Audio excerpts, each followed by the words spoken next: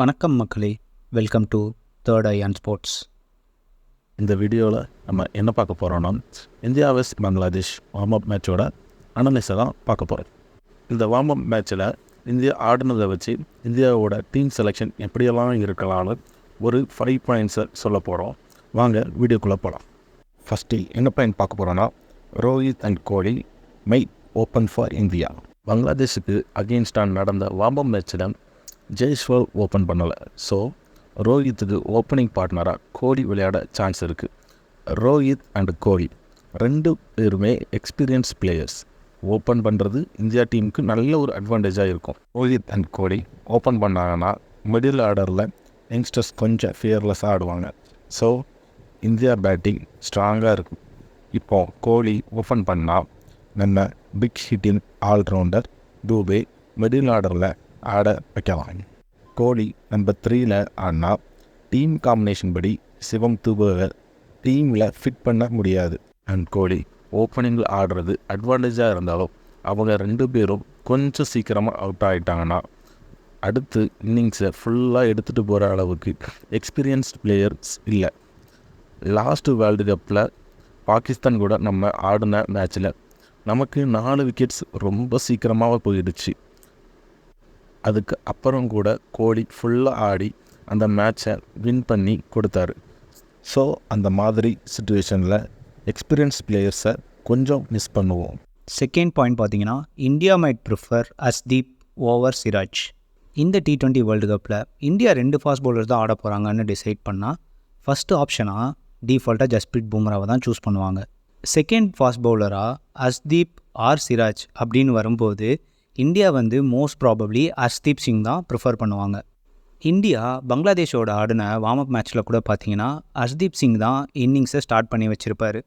என்ன தான் சிராஜ் நியூ பாலில் ஸ்ட்ராங்காக இருந்தாலுமே ஃபஸ்ட்டு ஓவர் அர்ஷ்தீப் தான் போட்டார். ஸோ இதை வச்சு அர்ஷ்தீப் தான் ப்ரிஃபர் பண்ணுவாங்க அப்படின்னு நாங்கள் கெஸ் பண்ணுறோம். ஆல்சோ T20ஸில் சிராஜோட ஸ்ட்ராங் ஜோன் அப்படின்னு பார்த்தீங்கன்னா அது நியூ பால் பவுலிங் தான். அவர் பவர் பிளேயில் பாலை நல்லா ஸ்விங் பண்ணுவார் அண்ட் பவர் பிளேயில் சூப்பராக போடுவார். பட் டெத் ஓவர்னு வந்துட்டால் அவர்கிட்ட வேரியேஷன்ஸ் கொஞ்சம் கம்மியாக தான் இருக்கும். பட் அர்ஷ்தீப் சிங் எடுத்துக்கிட்டிங்க அப்படின்னா அவர் நியூ பால்லையும் நல்லா ஸ்விங் பண்ணுவார் அண்ட் ஆல்சோ டெத் ஓவர்ஸில் slow balls, cutters and wide யாக்கர்ஸ்னு நிறைய வேரியேஷனும் காட்டுவார். ஸோ அர்ஷ்தீப் சிங் தான் இந்தியாவோட செகண்ட் ஃபாஸ்ட் பவுலர் ஸ்லாட்டுக்கு நல்ல ஆப்ஷன். மூணாவது நம்ம என்ன பாயிண்ட் பார்க்க போகிறோன்னா, Dube will play and all rounder role unlike IPL. Shivam Dube பார்த்தீங்கன்னா இந்த ஐபிஎல்லில் ஃபுல்லாகவே பேட்டராக தான் ஆடியிருக்காரு அண்ட் அவர் அவ்வளோவா பவுலிங்கும் போடலை. பட் இந்த வேர்ல்டு கப்பில் இந்தியா அவரை ஆல்ரவுண்டராக தான் பார்ப்பாங்க அண்ட் அவருக்கு நிறைய பவுலிங் சான்ஸும் கிடைக்கும். வார்ம் அப் மேட்ச்சில் கூட அவருக்கு பவுலிங் கிடைச்சிச்சு அண்ட் அவர் நல்லாவே போட்டு 2 விக்கெட்டை கூட எடுத்தார். யூஎஸ்ஏல இருக்கிற கிரவுண்டெல்லாம் பவுண்ட்ரிஸ் எல்லாம் பெருசாக இருக்கிறதுனால தூபையோட மீடியம் ஃபேஸுக்கு நல்லா செட். தூபை ரொம்ப நல்லா நமக்கு 4 ஓவரும் போடணும் அவசியம் இல்லை. அவர் மிடில் 1 or 2 ஓவர்ஸ் நல்லா போட்டு கொடுத்தாலே இந்தியாவுக்கு ஒரு பெரிய அட்வான்டேஜாக இருக்கும். ஸோ இந்த வேர்ல்டு கப்பில் தூபை ஆல்ரவுண்டராக ஆட நிறைய சான்ஸ் இருக்குது. தூபை ஆல்ரவுண்டராகவும் ஆடுறா நல்லா. நம்ம இந்தியா டீம் பிளேயிங் 11 எக்ஸ்ட்ரா பேட்டரோட ஆடலாம். அதுவும் நமக்கு ஒரு பெரிய அட்வான்டேஜாக இருக்கும். நெக்ஸ்ட் பாயிண்ட் என்னென்னா, India can play with only 3 genuine bowlers. இந்த வேர்ல்டு கப்பில் இந்தியா டீமில் தூபே ஆல்ரவுண்டராக ஆடினாருன்னா நம்ம 3 ஆல்ரவுண்டர்ஸோட ஆடலாம். தூபே, பாண்டியா அண்ட் ஜடேஜா. இந்த 3 ஆல்ரவுண்டர்ஸ் சேர்ந்து நமக்கு 8 ஓவர்ஸ் பவுல் பண்ணி கொடுத்தாங்கன்னா ரிமைனிங் 12 ஓவர்ஸ் பவுல் பண்ணுறதுக்கு நம்ம 3 ஜெனுவின் பவுலர்ஸோட ஆடினாலே போதும். நம்ம 3 ஆல்ரவுண்டர்ஸ் அண்ட் 3 ஜெனுவின் பவுலர்ஸோட ஆடினா நம்ம டீமில் 5 ஸ்பெஷலிஸ்ட் பேட்டர்ஸ் ஆடலாம். அப்படி நம்ம 5 பேட்டர்ஸ் ஆடினா 5 பேட்டர்ஸ் அண்ட் 3 ஆல்ரவுண்டர்ஸ் சேர்ந்து நமக்கு டோட்டலாக 8 பிளேயர்ஸ் நல்ல பேட்டிங் ஆடுவாங்க.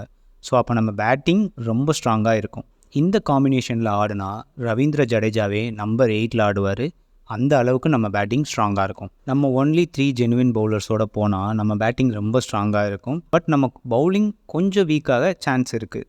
நம்மளோட 3 ஜெனுவின் பவுலர்ஸில் ஏதாவது ஒரு பவுலர் நிறைய ரன்ஸ் கொடுத்தாலும் நமக்கு நிறைய பவுலிங் ஆப்ஷன் இல்லாத மாதிரி ரொம்ப ஃபீல் ஆகும். இந்த 3 ஜெனுவின் பவுலிங் ஆப்ஷன் நமக்கு பாசிட்டிவாகவும் அமையலாம், நெகட்டிவாகவும் அமையலாம்.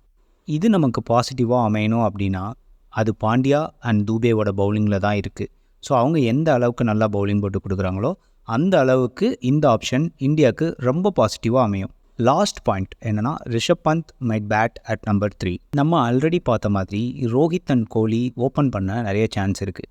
அப்படி அவங்க ஓப்பன் பண்ணாங்கன்னா ரிஷப் பந்த் ஒரு நம்பர் 3க்கு நல்ல ஆப்ஷனாக இருப்பார். ரிஷப் பந்த் நம்பர் 3ல் வரனால நமக்கு லெஃப்ட் ரைட் காம்பினேஷன் கிடைக்கும். அண்ட் சூரியகுமார் யாதவ் நம்பர் 4ல் வருவார்.